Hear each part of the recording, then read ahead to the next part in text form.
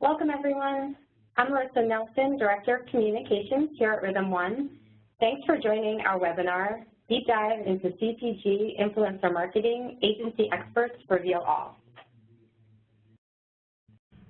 Before we get started, I wanted to tell you a little bit about RhythmOne. RhythmOne operates an advertising marketplace that connects advertisers and publishers, whether you're looking to buy directly or programmatically across mobile, video, rich media, or native. Rhythm Influence, a RhythmOne offering, was born out of a long history of connecting branded content with target consumers on a variety of digital platforms. Here are a few key points about our team that I'd like to highlight before we get started.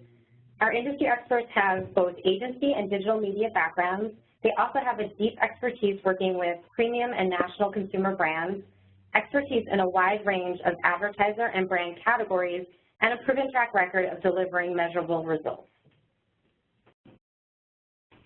As you can see from our agenda, we'll be covering a lot of ground today regarding CPG influencer marketing and how to stand out in this highly competitive category. A Q&A period will follow our presentation, so please stay through to the end. Also, please submit any questions via the Q&A button on the top right of your screen.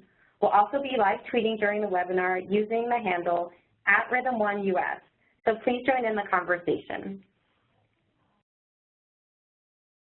In just a moment, our Director of Social Strategy at RhythmOne, David Neuman, who's joining me here in New York, will take over and serve as our moderator.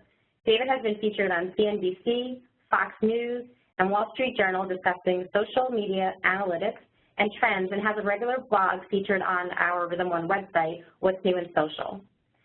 Thanks, David, for joining us today, and I'll turn it over to you to introduce our panel. Thanks a lot, Marissa. So today I have the pleasure of being joined by an awesome group of panelists. So we have with us Jacey Berg, who is a Digital Supervisor at Haworth Marketing and Media, Todd LeBeau, who is a Senior Vice President, Digital Marketing and Social Media at Lindsay Stone & Briggs, and Barrett, who's the Associate Media Director at Hale Performance Digital. Jacey, Todd, and Barrett have worked with a variety of top-tier CPG brands and many more, many of which are in the Fortune 500. And in addition, RhythmOne's Vice President Influencer Marketing, Paulsen, will also join us. Katie is responsible for overseeing the strategy, execution, and sales empowerment for Rhythm Influence. So before we start, let's set the stage a bit about the state of the industry. So agencies and brands are investing more in influencer marketing, with 84% of marketers planning on launching at least one influencer marketing campaign within the next 21 months, and 78% also planning on spending more or the same in the next year. And if you look why this trend is happening, it's because the results are there, right? So this data that you see here is from our 2016 Influencer Marketing Benchmarks report.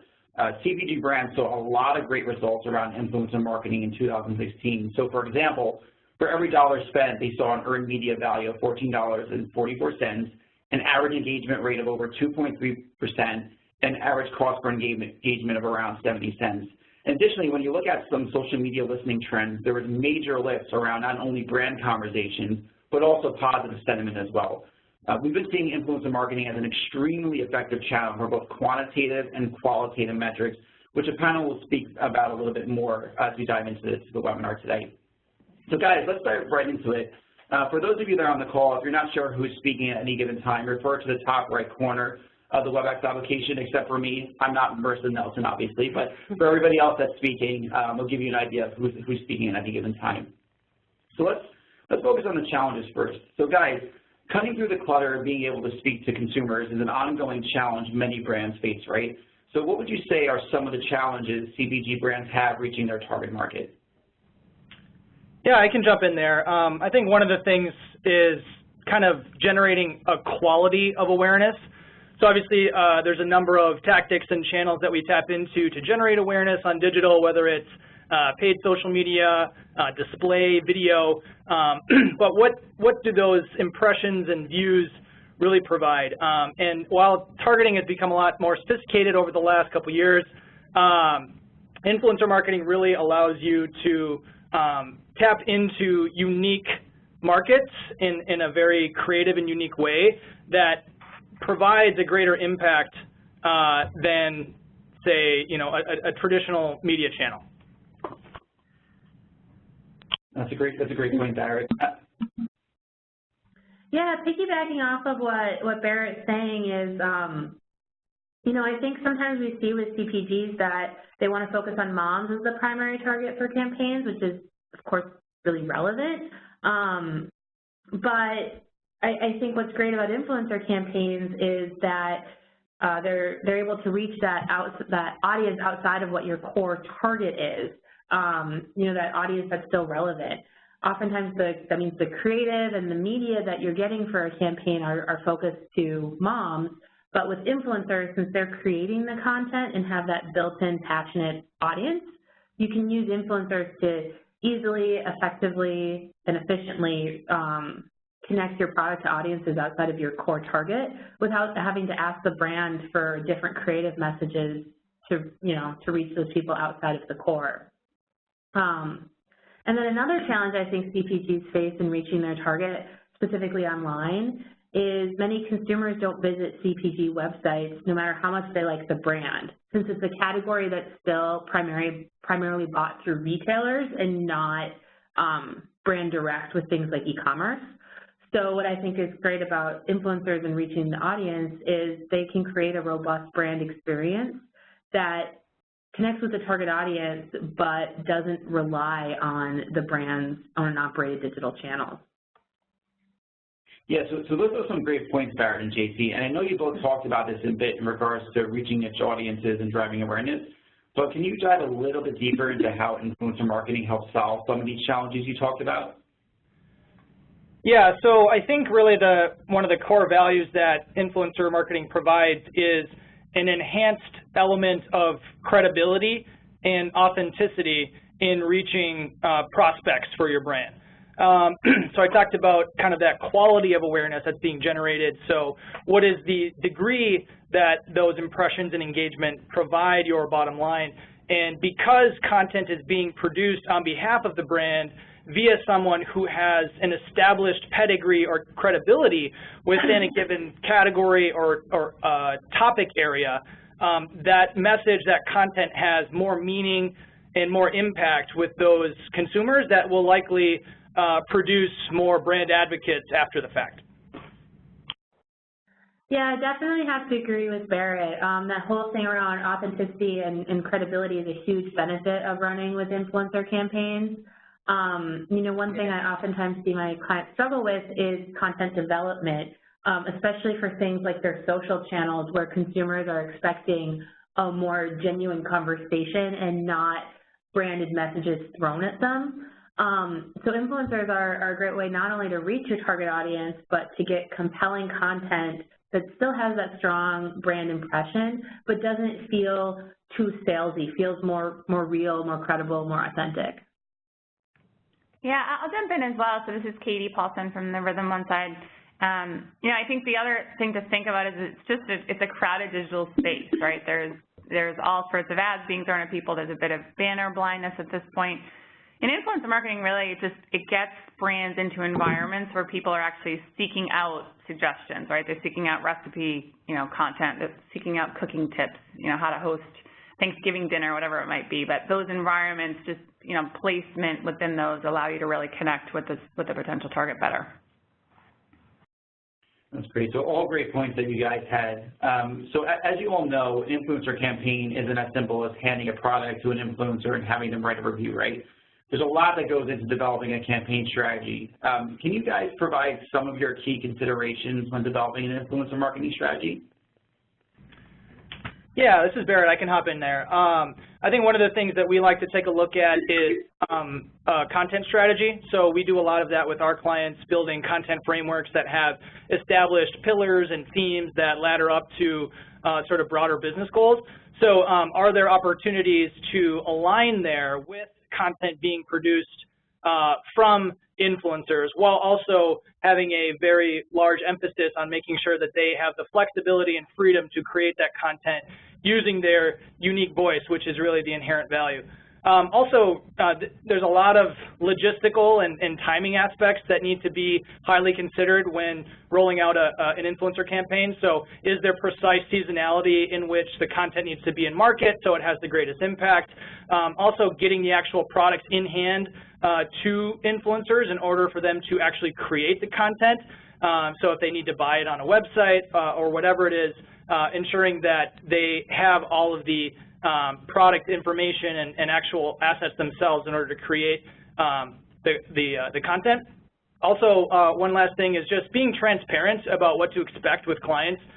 There's a lot of back and forth with the approval process, and as I mentioned, really sticking with that influencer voice as well. So being very transparent up front about what are all the nuts and bolts of getting a campaign set up and running. Yeah, kind of building on, Barrett, what you were just saying there with aligning, with alignment and being transparent. Always remembering to start at the very beginning with, let's align everybody and be transparent about the business goals and what we're really trying to achieve, and understanding that stuff up front and having, internal alignment so the teams are all aware, on the client side as well as, on the partner side, what the goals are, what are we trying to achieve with the influencer marketing campaign, as well as externally. If you're working with partners or you're working with specific influencers, oftentimes getting them in the loop on what the ultimate goals are. So, if it's a sales or a product goal or velocity goal that you're aiming at, or maybe it's more of an awareness brand building goal. If you have everybody kind of aligned up front, you're going to have much more success down the road. Yeah, I think it's really important. Like they were saying, is over-communicating. There's so many moving parts with influencer campaigns, oftentimes more so than other areas of media, between having the client, agencies, the vendor, the influencers themselves. Knowing everyone's expectations and capabilities is really important. Also, when you're developing your campaign and thinking about your goals and what you're asking the influencers to do, stepping back for a second during that brainstorming and thinking, we gave them these instructions. What do we think we're going to get out of that for this? Does that ultimately ladder up? Because you can end up down this rabbit hole where you might not get what you were expecting. I had a campaign a few years ago where we wanted to sell archery equipment, and it was for kids, and we asked influencer parents to essentially review and say, was this a good holiday gift for their children? What did they think of it? Here are all the benefits of archery, that it's actually a really safe sport, et cetera. And the client was hoping to not only use the influencer content to reach the target audience and have that authentic brand feel, but also wanted to use their posts and their content as social content. What ended up happening was we were so prescriptive in our influencer brief that we essentially got a dozen different identical pieces of content, all of which were really good from a media perspective, but from a content perspective, we just didn't have the variety we were hoping for. And so I think that, taking that time to step back and be like, is what we're asking actually hitting all of these points is really important. Yeah, so that's a great point you brought up about variety, Jacey. For the archery campaign, what would you have done differently with a product like that? Because it is a very specific product, I think part of what we would have done would be a little less prescriptive with the influencers and let them be a little bit more creative in what they came up with. Also, since these were all blog posts, we considered in the future asking influencers, instead of writing a blog post, maybe we would have a variety of influencers, some that are more Instagram focused or Pinterest focused, or possibly a video influencer. So not just thinking about variety of content, but also variety of platforms. That's a great point. And Katie, I would love to hear also your input on key considerations. Yeah, I agree with Barrett and Todd and Jacey. I think just a couple of extra things that we really pay attention to, and it lends itself well to what Jacey was just saying, but the ideation piece of the puzzle. I think oftentimes people jump too quickly from, I found the perfect influencer, and then they think that the content's just going to miraculously appear and be great, right? I think we spend a lot of time ideating, coming up with rounds and rounds of thought starters, working with the influencers to come up with thought starters, right, so that you do get unique content, authentic content, and really things, you know, at the end of the day, a campaign that's going to stand out amongst the space. The second thing that I'll touch on quickly is distribution. I think a lot of people have figured out how to create really great content, but I think people are still forgetting to make sure that people are actually having the opportunity to see it, right? So obviously you want to use your influencers to create the content to distribute it, but there's so many more opportunities to actually use additional distribution tactics to make sure that that content's being seen by as many relevant people as absolutely possible. So I think just making sure that the budgets are there for the amplification of it, that the tactics are there, and that that's really part of the overall influencer campaign. Great. So we heard a lot of great feedback from the panelists in regards to developing a strategy. So with any marketing campaign, it's important to set clear expectations for key stakeholders, and influencer marketing is no different, right? So being transparent throughout the entire process from planning to execution is extremely important. And this includes making sure everyone is on the same page around performance metrics and ensuring they're in line with business goals. Jacey had a great point about ensuring there's a unique POV that comes across in campaigns with that archery campaign example. It's important that content comes across as authentic. You're not getting a bunch of social posts or blogs saying the exact same thing.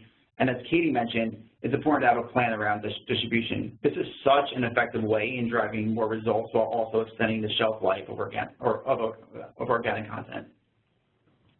So I want to jump a little bit more into the measurement piece. So in this industry, there is certainly no shortage of metrics, right? And I think you guys can see that with the tag labs here. There's everything from social engagement such as likes, comments, shares, to more lower funnel metrics like conversions and CPA, to reach and impressions to thousands of others that are out there. With all the available data that's out there, how do you guys measure success around your campaigns? Yeah, I mean, I think like any campaign, it definitely varies depending on your campaign goals. I do think that marketers in general are getting more savvy and have a lot more scrutiny around measurement. So having some additional measurement capabilities is really important. It's not always about ROI. I think one measure for success is making sure that just in general it's a very brand safe environment, and that the content you're getting ladders up to your brand's voice. I have a lot of clients who are using influencers for brand sentiment. They're looking at their net promoter scores, and they want to be about changing brand perception. So having something that's really authentic is important to that, and generating shares and likes and strong engagement in a positive way around their brand is really important. Others, like I mentioned with the archery example, are hoping for not just media goals, but also for content development. So by having something that's brand safe and in the brand voice, but also authentic, getting that really high quality of content and showing, you know, versatility of your products. I had a client who really was about recipe development, and that was a main KPI for them, was quality recipe development from influencers. And that's something that's really important for measures of success beyond ROI. So that's interesting, Jacey. Have you seen an increase in brands judging the success of their campaigns with more qualitative metrics like quality of content over more hard quantitative metrics like engagements? It definitely varies. Again, it comes back to what is the goal of the campaign. I think I'm just seeing more variety of success metrics in general. You know, initially, I think oftentimes with influencers, it was what are the impressions that I can get out of this? And I'm just seeing a lot more brands coming forward with more expectations around what they can get out of that, whether that's quality content, brand engagement, or ROI. It just depends on the client and the campaign. Thank you. Yeah. Yeah, I was also going to say, too, kind of piggybacking off of what Jacey said about scrutiny about measurement is certainly very true.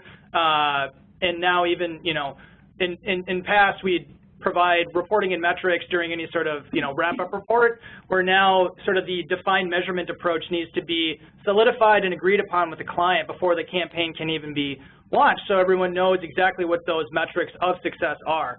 And one thing, kind of going back to which metrics align accordingly, it's definitely based on your goals for the campaign, but also the consumer journey itself.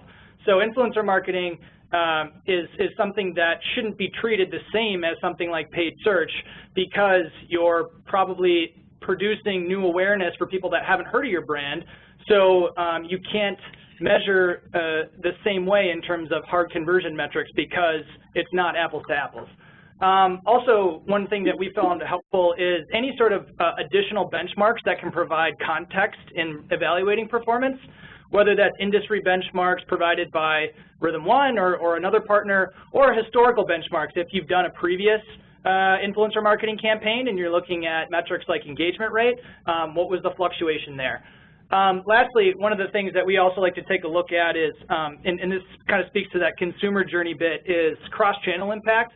So we do a lot of paid and organic search for our clients, and one of the things that we like to take a look at with higher funnel media tactics that are more focused on branding and engagement is what impact that did have on search activity, particularly for our paid campaigns, where a lot of the time we'll see a lift in brand performance in terms of brand volume as well as engagement and conversion efficiency.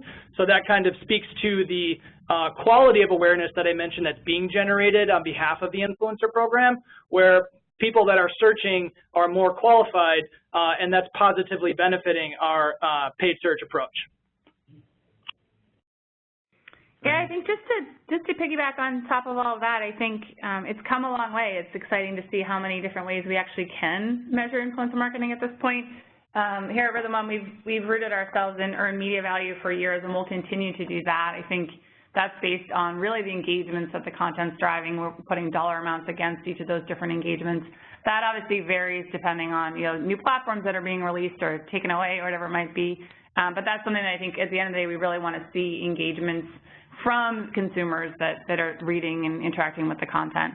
On top of that, though, I think there's all sorts of additional opportunities, like Jacey and Barrett had mentioned, but really advanced measurements that look at more traditional, media tactics like brand sentiment, brand lift, even offline sales, utilizing influencer marketing campaign and then measuring with somebody like a Nielsen Catalina the actual, in-store sales in the CPG space. So just exciting to see how far it's come, and I'm sure it'll continue to grow in that rate. So Katie, that advanced measurement point is an interesting one. Would you say influencer campaigns, which are typically known to drive more upper funnel metrics, are now starting to be held to ROI and sales type of KPIs? Yeah, I'd be very careful to say yes to that. I think it's starting to. I think, candidly, we're very, very picky about which ones we'll take on in that right? That's, I think Jacey and Barrett were both saying you really have to set that expectation up front. So if someone comes to us and they're looking to drive sales for a product that doesn't have that upper funnel, if people don't even know what it is, probably not going to even accept that as a campaign or an objective that we want to hit. But if it's a well-known brand, excuse me, and potentially there's a coupon in play or something that actually will help to drive that ROI, then that's something that we would take on. But yeah, I'd be very careful to say that we'd do that for every campaign. Great feedback, all. So we heard from the panelists that sales isn't the only measure of success, right? While it's certainly a factor, it's also important to look at other quantitative metrics such as engagement, as well as more qualitative metrics such as the quality of content being produced. And also we're seeing an increase in shift towards brand safety. I know earlier we stressed the importance of setting expectations and being transparent. And I really think that this is an area that's super important to stress when you're developing your campaigns. So I want to get to more specifics around working with influencers. So there are a ton of influencers, as you guys know, that are out there, and a lot of data points that can be used to vet out the right ones, right? So what are the specific qualities that you guys look at when choosing the right influencers for your campaigns? I could jump in on that one. It's interesting as influence marketing has really started to evolve and pick up speed that, a lot of these influencers and these folks that have these great networks out there, they can really start to be considered mini media companies in and of themselves. And so, they've really developed into, these machines that can put great quality content out there, but then provide measurement and impact for brands across the spectrum, especially in CPG. So it's been fun to watch that evolve. But the things that we look at, you know, is you always want to make sure that you review the quality of content, you know, and not just the content that you know, the sponsored content or the content that you know the influencers are putting out there on behalf of the brands. Take a moment and look back through the history of what those influencers have put out there into their blog posts or into social media. You know, we had one of the brands that we work with where you know, they really wanted to work with this influencer, and when we started to dig in and look at some of the content that they've done for other brands or the content that they do organically, there really wasn't the consistency that matched up with the brand, and sometimes you have to be able to go back and say, you know, that's not the right person, but here's 4 or 5 others that match up and do a really great job of quality content across the board, not just for their sponsored, you know, posts that they put out there on behalf of brands. A couple of others that come to mind really fast are, you know, do they go above and beyond? Is there a quality to the engagement that they have with their followers, either through, you know, following up on comments and blog posts or when they're posting on social media? Is there natural engagement that they have with their followers, and does it feel really authentic? And then, you know, I mentioned the analytics at the beginning. You know, do you have access to their analytics? And so they're, you know, they really are those mini media companies. So that comes with analytics, and that comes with understanding the impact that you know, working with them will have, and how that translates through. And that access is really key, and you know, finding the right influencer partners that have that and are willing to share that with you are a great thing to do. Those are all great points, Todd. Would you say that there's one criteria that you weigh more heavily or over the others, or are they all of equal importance, would you say? No, I think, you know, first and foremost, you want to look at that quality of content, and, you know, we talked a lot about brand match, and we talked about authenticity. I think you're going to want to look at those things and make sure that those are in place first and foremost, and then from there you can kind of move on down. Great. Thank you. Yeah, like, you know, kind of going off of what Todd was saying about quality and brand match being really important, I think that's one of the first things we look at when trying to pick what influencers, because you can kind of then ladder up the additional metrics beyond that. In terms of authenticity, I think one thing that's really appealing about influencers is that the original celebrity is no longer necessarily authentic. You know, brands for a long time have just been able to pick a celebrity and throw them in their ad, and that's given them some kind of street cred, if you will, with those celebrities. But I think that consumers are less interested in that type of messaging. You know, a good example of that is everyone's favorite What Not to Do moment and the Pepsi commercial with Kendall Jenner. She didn't feel authentic to the message, and consumers reacted really poorly to that. So you don't want an influencer or a celebrity that says yes to every brand. You want one that aligns with your brand's voice and the message that you're putting out there. Another thing that's important about getting quality influencers is, you know, not just the quality of their content and the quality of the images and videos that they put out there, but the quality of their following. Do they have a truly engaged following, or they have high engagement rates with real comments from real people? Not just a lot of impressions, not just a lot of likes, because that could be, you know, there's obviously concerns around bot traffic.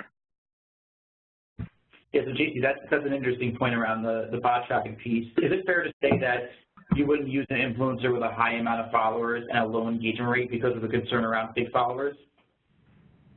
Yes. And even if they're not fake followers per se, if they're not highly engaged, is that an audience that is regularly, you know, interested in what the influencer has to say? So I think that that's also really important, is having not only a large audience, but an engaged one. That's great. Yeah, I can jump in here too. So I definitely think, you know, right out of the gates, definitely considering those hard metrics is, you know, one of the first things you want to take a look at. What is their reach? What is that engagement volume and rate with their followers and community that can help kind of narrow down your consideration set? And then within that, really, as I mentioned earlier, kind of taking a look at that credibility. How is that influencer positioned and regarded within that particular group or category or community, because certainly some have different or varying levels of credibility, even if they are relevant to that topic or category. And then, as we all have all mentioned, brand safety is certainly key, just because an influencer has a large following or has a lot of engagement doesn't necessarily make them aligned with the brand values or safety criteria for one of your brands. One of our campaigns that we've run in the past, we were evaluating influencers for the high school teen category, and while they were aligned demographically and contextually with our target audience, a couple of the teen influencers that had a lot of reach had a lot of vulgar content in their sort of historical content set that kind of immediately weeded them out of being options, just because, you know, that wasn't brand safe for our client. And as we talk about brand match too, like just because they're aligned demographically or contextually doesn't mean they align with your voice, and that's something we talk about. And one of the great things with influencers is that there's a lot of options. So that screen you popped up earlier had dozens of pictures of people. There are thousands of influencers, all of which, you know, are categorized differently based on kind of what they represent. But you don't need to settle. There's a lot of options out there, which makes the programs a lot of fun and gives you a lot of flexibility. Yeah, I'm glad you mentioned that brand safety point, Barrett. I don't think all brands necessarily consider to look back at previous content when finding the right influencers, but it's super important. Katie, would love to hear your input here as well.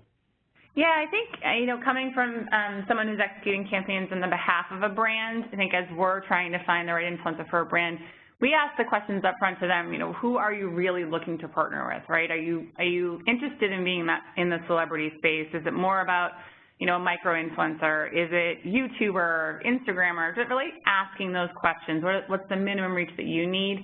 I think so that we know the expectation, I think we've said that a bunch of times, but going into actually then discovering the influencer so that we're all on the same page, because there's so many, you know, options out there at this point. I think the other point, you know, you've mentioned engagement rate. I think we take it a step further and look at cost per engagement. So actually making sure that the dollars that the influencers are charging line up correctly with the amount of engagements that they're driving, right? So I don't mind paying an influencer a lot of money as long as the engagements are going to be there, right? And the CPE rate is going to be low. I do not want to pay somebody even a reasonable price if the engagements just aren't going to match up. So that's just something that we pay attention to. I think everyone should really be paying attention to. Great. So I love Jacey's line about how the original celebrity is no longer authentic, and I think that's actually a great one even for Twitter, for people to tweet out. It's important to keep this in mind when finding the right talent, since authenticity is key here when it comes to content creation. Don't get caught up too much in followers. It's definitely an important part of the process, but you know, you want to make sure that their engagement rates match up with their high following that they have, right? And Barrett's point about never settling is a great one. There isn't a shortage of criteria out there when finding the right influencers, so make sure to use them to your advantage. So Katie, I would love to pick your brain on this next topic. There's a lot that goes into executing a campaign, especially when it comes to managing influencers. How do you specifically help to build relationships with influencers on behalf of a brand? Sure, yeah. So there's a bunch of different pieces here. I think, you know, tactically, we just want to make sure that when we're offering the program to the influencers, we're doing it in an organized manner. All of the details of the ask are actually, you know, within this. We actually put a document together specifically for it. So that going into it, again, expectations, the influencers know what they're getting themselves into. They understand, you know, every really piece of the puzzle. So from an exclusivity standpoint, from content usage rights, timing, you know, obviously the ask. So we spend the time up front so that when we do activate the influencer, it's a good experience really for everybody, you know, including the brand at that point. Other things that we do to really build that relationship with the influencer is try to inspire them in some sort of way, right? And this is more coming from the brand, but we'll help them really get the influencer excited, whether it's just the way that the package is being distributed to them or there's some sort of event that's going on. But something that really transfers the love that the brand obviously has, you know, for their own product to the influencers so that when they create the content, they go above and beyond and they truly, truly feel invested. And then really some of the basic stuff that we talked about as we're partnering with brands in executing successful campaigns, setting expectations, with the influencer, following timelines, and if the timeline needs to shift, over-communicating with the influencer.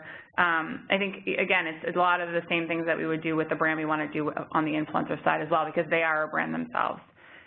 You know, if it all works well, I think it's a total win if you end up with some sort of brand ambassador program where you're actually partnering the brand and the influencer together continuously, whether it's, you know, monthly or quarterly or whatever it might be, but there's a continued story that the influencer is telling, you know, on behalf of the brand.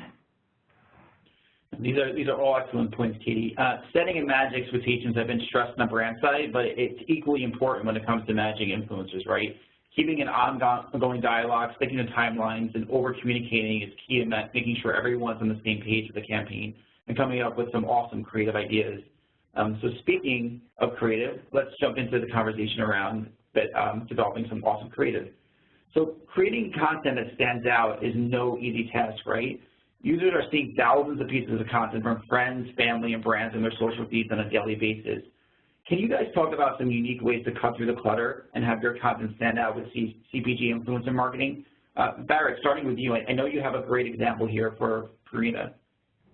Yeah, so we ran an influencer program last year with Purina Flock, which is chicken feed, and they rolled out a new product that was, you know, aligning with a very burgeoning market of backyard urban chicken enthusiasts, people that have chicken coops in their backyard. And so that's a very active community that we've kind of discovered online, and so influencer marketing was an identified program that we wanted to incorporate into our media mix to authentically engage with them, to kind of drive awareness and engagement with the product. And a couple of things that, you know, we kind of learned about that stood out in terms of quality of content was, you know, if you're able to ensure high quality of assets that are developed on behalf of the influencer, so imagery and video, making sure that they're high resolution, et cetera, is certainly a benefit and something that benefits the overall program. So a lot of the imagery you see here is very high quality, crystal clear, visually appealing. So that was definitely something that is recommended and helps with that quality experience. Also, in terms of just that long-form content that is typically produced on blogs, if you're able to kind of package it in an easily digestible format like a listicle that you see on BuzzFeed all the time. So, you know, in this instance, we have 10 things I wish I would have known before getting chicks. There was a number of blogs that were similarly structured that way, and we found that that produced high engagement rates, and it's just very easy for people to consume, and definitely something that stands out from just like a straight-up long-form piece on a blog. Yeah, so I'm sure having to find backyard chicken owners was probably one of the more unique influencer campaigns you had to, right? Indeed, yes. There's definitely not a universal targeting segment on Facebook or display for backyard chicken enthusiasts. So. Not yet, anyway. So what about you, Jacey? Can you walk us through this recipe example? Yeah, you know, I think like what Barrett was saying about quality of content and having digestible content, I think it's really important to make sure your content has legs in order to stand out. So talking with influencers up front about what rights the brand has to their content. I had a CPG client that was using a third party for recipe development. It was really expensive, and ultimately the recipes they developed didn't appeal to their target audience. They were too complicated and aspirational. But the client was also running some influencer campaigns and asked the influencers to develop recipes using their products, and found that the influencers were actually creating recipes that were unique, fun, and realistic. And because we ensured that these influencers were people who had really quality content and were also going to develop some of that more digestible content outside of their blog that was easily shareable across social channels, the client then eventually decided that they were going to move away from the third-party recipe development group and invest more in influencers, because not only did they get the media weight that comes behind an influencer campaign, but because they ensured up front that they would have rights to use the content on their owner-operated channels, they got these great recipes that they could use, and then they could be really prescriptive. They could say, we need recipes for holiday, or we need recipes for breakfast, or something like that when working with the influencers.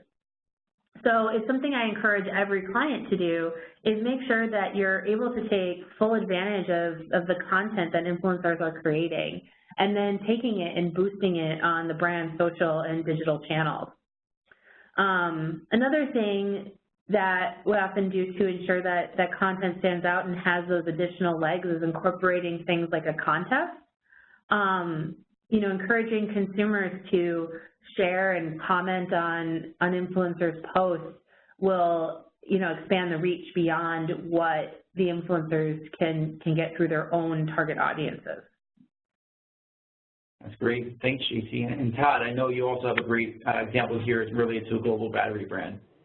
Yeah, and this is a fun example. It's batteries, right? And so, you know, rather than just, you know, the packaging for batteries, as everybody knows, can be kind of boring and kind of looks the same. And you know, you're selling batteries, and so it's not the most, you know, sexy thing out there.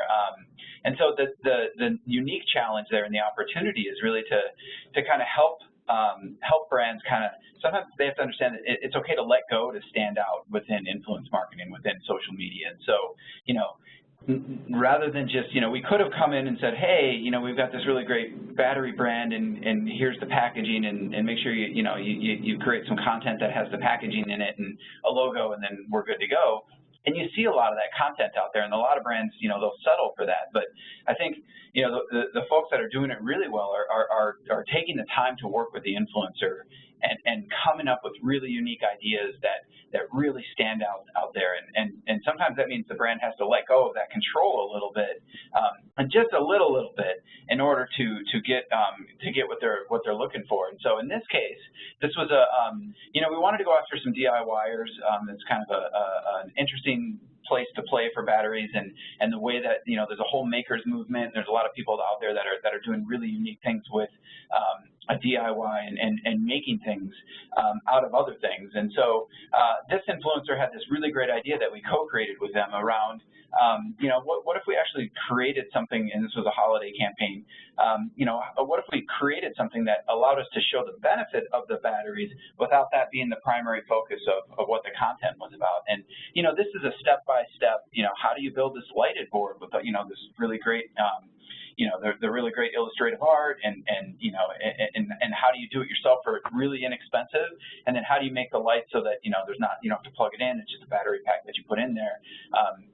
And in this case, you know, we did work in the packaging into the content, but it was, you know, much further down, and it wasn't like a primary focus or feature of the influencer campaign.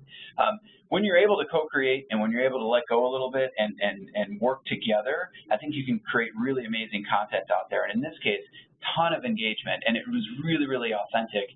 And I think the fans of this particular blogger really appreciated that, and so much so that they shared it out even more. And so that's the true sign that you're onto something, is when, you know, the fans just naturally start sharing this stuff because it does feel so authentic. Oh, and by the way, it's got batteries in it, and so that was a really exciting thing for us to see. Thanks, guys. Some great content examples there. So moving on to legal stuff. Not the most exciting part of a program, but still a very important part of the process, right? Can you guys speak to how a brand's legal department factors into content approval? I could jump in on that, because I'm going through it right now. And you know, when you say not the most exciting, it can be the most exciting if you don't kind of approach it from the very beginning as something that you're going to need to talk about with your legal department. You know, there's nothing like getting all the way down to almost the launch of a campaign, and then legal raises their hand and says, yeah, we have something we need to talk about. So it can be exciting from that standpoint. But really, the success in working with legal is really around a couple things that we found. So it's timing. So, as everybody knows, legal processes are, they can be very complex. There's a whole different department. There could be a whole different company in some cases that you have to work through. So timing is very important in that. And so working in that timing and understanding that up front. So, whether you're a CPG brand yourself and you're doing influence marketing, understanding your legal process for how that's going to work, because you're inviting others to post content on your behalf.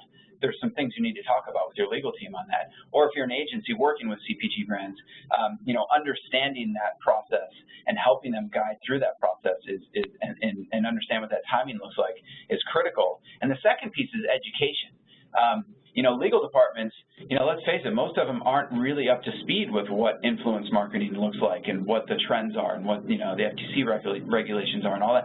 You want to help educate them with that. And, finding partners that can help you do that are really critical and help navigate some of those things.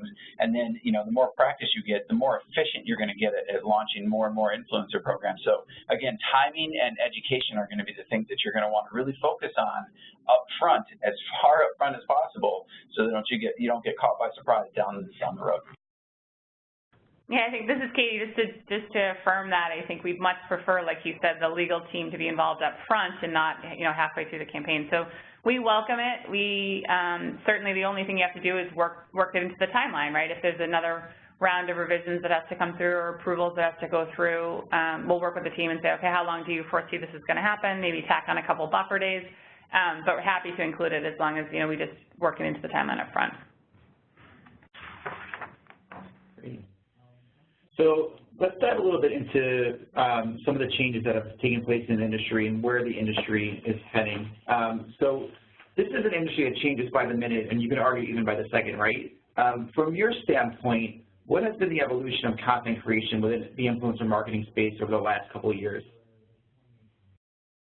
Yeah, I think like everything we're talking about, the impact of mobile is huge on the influencer space.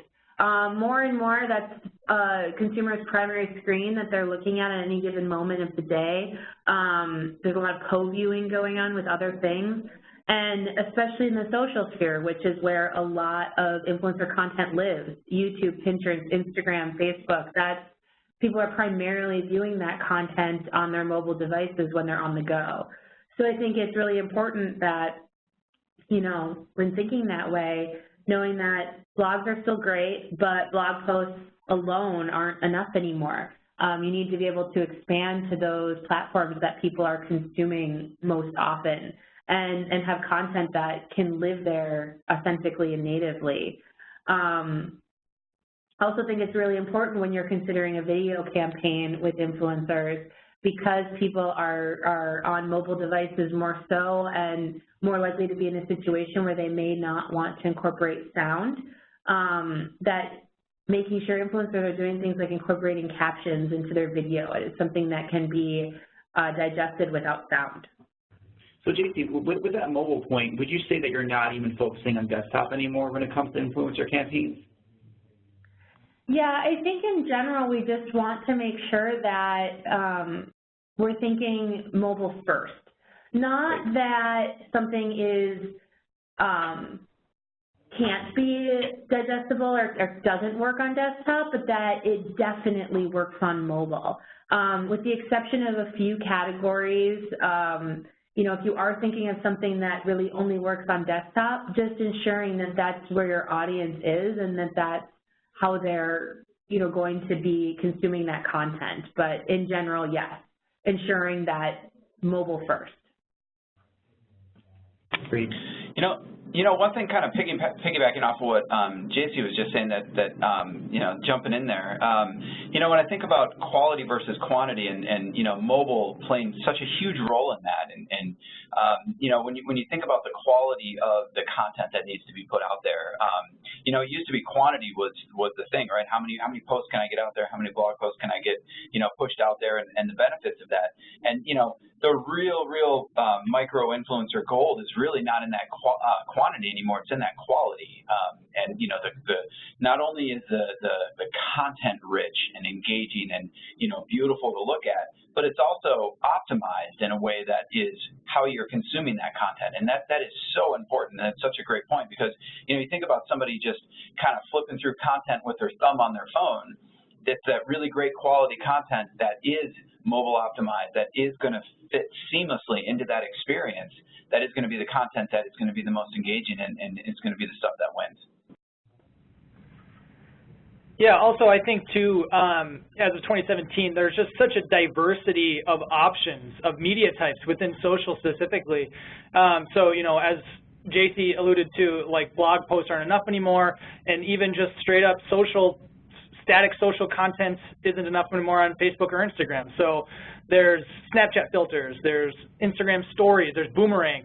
There's so many new interactive micro video or micro visual types of content that can be produced and engage people in unique ways that, and it's likely not going to ever stop in terms of its evolution and the volume of options. So that's definitely something that has, you know, opened the gates for a lot of creative freedom for brands and influencers to create interesting quality content. Great. So I think this is a question for every panelist. So what's next, guys? What do you see as being next in the evolution of influencer marketing? I see a movement into yet another type of media type, and seeing some influencers who are going to start specializing in augmented reality or virtual reality, and potentially doing things like using a brand's product or a brand's experience in some of these additional ways to create content and to be in that space with consumer adoption increasing.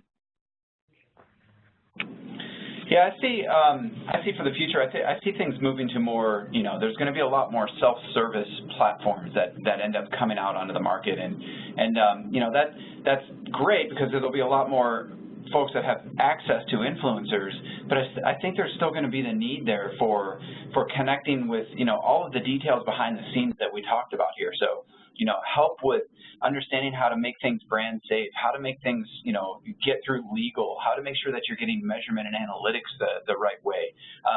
Self-serve platforms, you know, while they're going to start popping up and they're going to be more and more available to folks, are also going to limit some of those folks without access to understanding how all of this stuff works. And I think that's really where it's going to be an interesting convergence of folks that, you know, kind of move off self-service onto more of a robust platform where they can have all of those services and have that support that they need. And I think that's going to be kind of the evolution of where this is all going.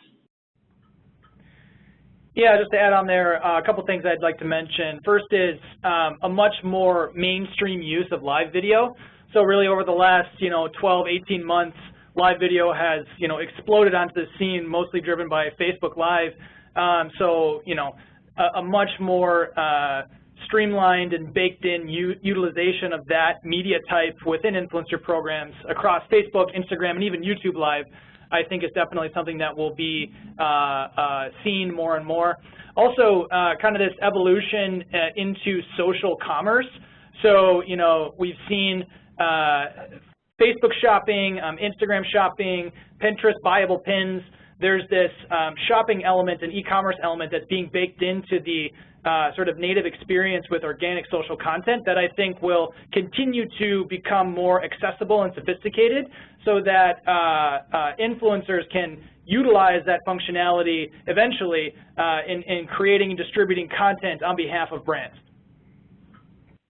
Yeah, and then I'll go quick because I know we're up against time, but I would say VR for sure. I agree with Jacey on that front, and I think there's a lot of talk about chatbots and messaging apps. I think there's an opportunity there for influencer. Have not quite figured out what it is, but I think that's something to pay attention to.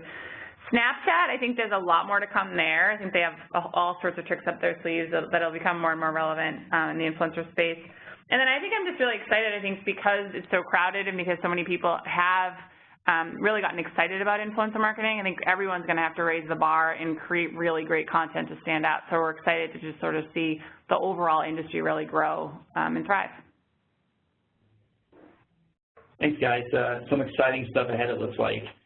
So before we jump into some Q&A, I want to leave you with some final thoughts. I think this is a great slide for people to also plug into their influencer decks as well. So influencer marketing is about customization. Customization is about authenticity. Authenticity is what drives results. I think we could probably spend another hour diving into this slide specifically, but we can't stress enough the importance of creating an influencer campaign that's custom to your brand and product. As you heard today, customization is everything from the strategy to the content, to the metrics, to the influencers, and especially when it comes to content, it needs to be authentic in order to drive excellent results. And as is with the case with most of marketing tactics, understand your target audience and what content influencers would resonate best with them. So I know that we had a few questions that come in. As Dave said, before we jump into the questions, I just wanted to take a moment just to thank everyone for joining today's webinar, and thanks to Dave and the panel for all their key insights on the CPG vertical and influencer marketing in general. I hope everybody found this webinar helpful and informative. And just wanted to quickly mention that later today we'll email you guys a link to download the slides from today's webinar. And now we only have time for a few questions, so I'm just going to open it up to the panel. One of the first questions that came in, how do you guys make the case for more budget, larger share of spend on influencer marketing?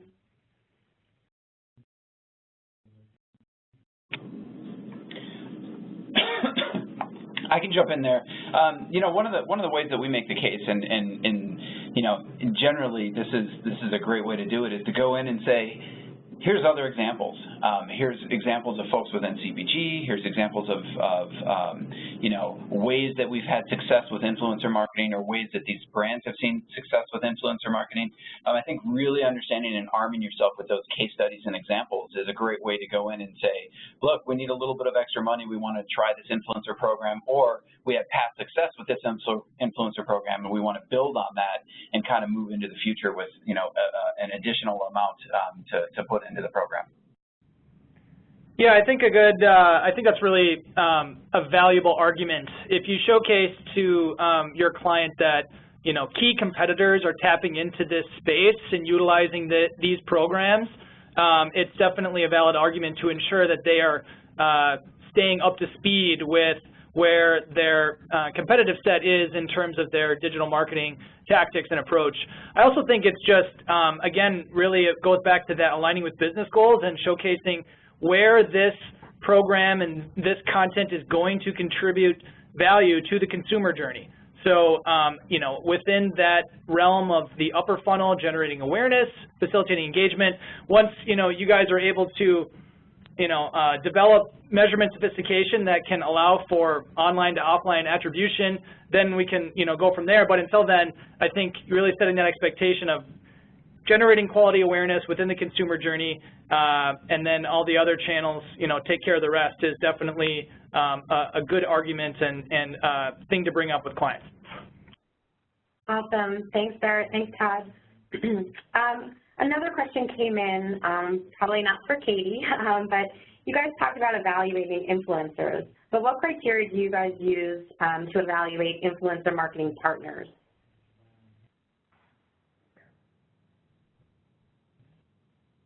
I can hop in there real quick. So a lot of it has to do with, you know, kind of word of mouth, at least for us. We're meeting with, you know, marketing technology providers constantly. We're chatting with clients. We're chatting with other agency folks. So in terms of reputation and credibility, that kind of bubbles up kind of organically.